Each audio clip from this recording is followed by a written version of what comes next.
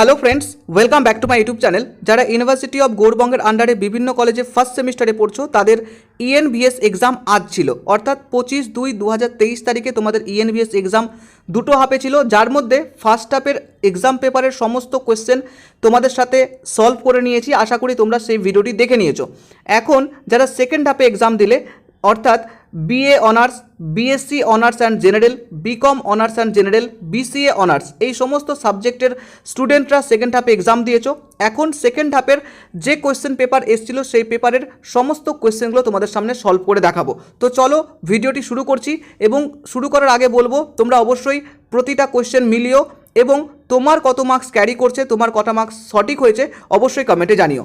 তো তুমি দেখতে পাচ্ছ এই মুহূর্তে ইউনিভার্সিটি অফ গৌড়বঙ্গের যে ইএনভিএস এক্সাম সেকেন্ড হাফে হয়েছিল সেই এক্সাম পেপার, যেখানে ইংলিশ এবং বেঙ্গলি দুটো ভার্সনে কোয়েশ্চেন ছিল, সময় ছিল 1 ঘন্টা, টোটাল মার্কস ছিল 40। তো চলো আমরা সরাসরি বেঙ্গলি ভার্সনে দেখব, যেহেতু অনেকেই আমরা বাংলা ভার্সন থেকে মানে বাংলা মিডিয়াম থেকে রয়েছি। তো দেখো 7th পেজ থেকে তোমাদের বেঙ্গলি মিডিয়াম ছিল, প্রতিটা প্রশ্নের মান 2। ওকে, দেখো 1 নম্বর প্রশ্ন বলেছে ভারতে সবুজ বিপ্লবের নেতৃত্ব কে দিয়েছিল? Medha Patkar, M S. Swaminathan, Rajendra Singh, Ramchandra Guha. Option number B হবে এখানে সঠিক আনসার, অর্থাৎ এম.এস. স্বামীনাথন। নেক্সট দেখব পরিবেশের দিক থেকে ভাবলে নিচের কোন জমি শিল্পাঞ্চল গড়ার ক্ষেত্রে উপযুক্ত? কৃষি জমি, পরিত্যক্ত জমি, জলাভূমি, বনভূমি। তো এখানে হবে সঠিক আনসার অপশন নাম্বার বি, অর্থাৎ পরিত্যক্ত ভূমি। নেক্সট দেখব আমরা নিচের কোনটি একটি গ্রিন হাউস গ্যাস নয়? Carbon die oxide, methane, ozone, nitrogen. তো এই উপরের তিনটেই হচ্ছে গ্রিন হাউস গ্যাস, নিচেরটা নাইট্রোজেন গ্রিন হাউস গ্যাস নয়। নেক্সট আমরা দেখব 4th কোয়েশ্চেন, পারদ দূষণের ফলে যে রোগ হয় তা হলো ইটাইটাই, এনসেফালাইটিস, মিনামাটা, অ্যাসবেস্টোসিস। তো এখানে সঠিক আনসার হবে অপশন সি, মিনামাটা। এখানে একটু বলে রাখি, যারা প্রিভিয়াস ইয়ার কোয়েশ্চেনটা দেখেছিলে 2021 সালের, আশা করি তোমরা অনেকটাই কোয়েশ্চেন এখানে কমন পেয়েছো, যেটা গতকাল তোমাদেরকে প্রোভাইড করেছিলাম। বহমান জলের বাস্তুতন্ত্রকে কি বলে? লেন্টিক, লোটিক, নেরিটিক, লিমনেটিক। তো অপশন নাম্বার বি হবে এখানে সঠিক আনসার, লোটিক। নেক্সট দেখবো 6 নাম্বার কোয়েশ্চেন, নিচের কোনটি সালফার ডাই অক্সাইডের কারণে ঘটে না বলেছে?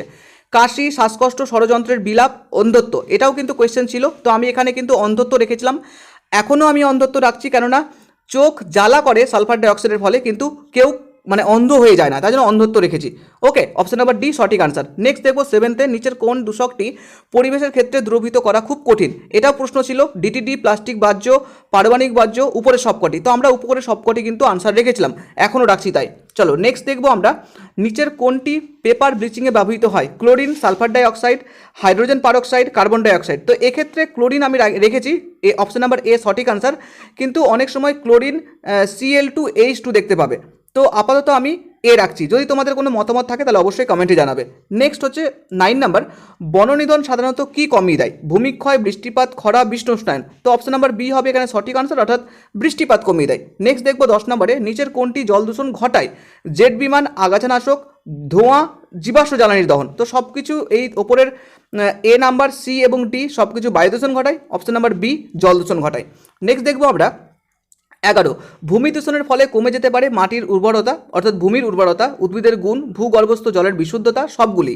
তো আমি এক্ষেত্রে ভূমির উর্বরতা রেখেছি, অপশন নাম্বার এ সঠিক আনসার।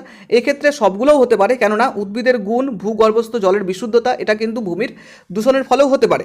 তো তোমাদের কোনো মতামত থাকলে অবশ্যই কমেন্টে জানিও, তবে ভূমির উর্বরতা আমি এখানে রাখলাম। নেক্সট দেখবো আমরা 12 নম্বরে, নিচের কোনটি একটি অর্গ্যানোক্লোরিন নয় বলেছে? Parathion, DTT, BHC, অল্ড্রিন। তো এক্ষেত্রে বিএইচসি হচ্ছে আনসার হবে বেনজিন হেক্সাক্লোরিন, বাকিগুলো কিন্তু অর্গানোক্লোরিন। নেক্সট দেখো 13 নম্বরে, পরিষ্কার জলের বিওডি যার থেকে কম হবে? 5 ppm থেকে 5 ppm এর কম হতে গেলে এটা পরিষ্কার জলের বিওডির বোঝায়। নেক্সট দেখবো দাঁতের ক্ষয় যার অভাবে হয়? ফ্লুরাইডের অভাবে হয়। ওকে, লেড, সালফেট, নাইট্রেট হবে না, অপশন নাম্বার এ হবে এখানে সঠিক আনসার। নেক্সট দেখবো 15, মোটর গাড়ির ধোঁয়ায় নিচের কোনটি পাওয়া যায়? পারদ পাওয়া যায়, আর্সেনিক, তামা, সীসা। তো সীসা হবে এখানে সঠিক আনসার, অর্থাৎ অপশন নাম্বার ডি হচ্ছে এখানে সঠিক আনসার।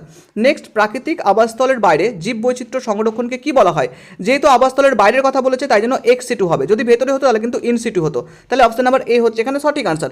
নেক্সট 17 দেখবো, ইউট্রিফিকেশন ঘটে যার দ্বারা? ইউট্রিফিকেশন মানেই হচ্ছে জল দূষণ। তো জল দূষণ কার ফলে ঘটে? বিষাক্ত ভারী ধাতু, পলি, কীটনাশক, সার।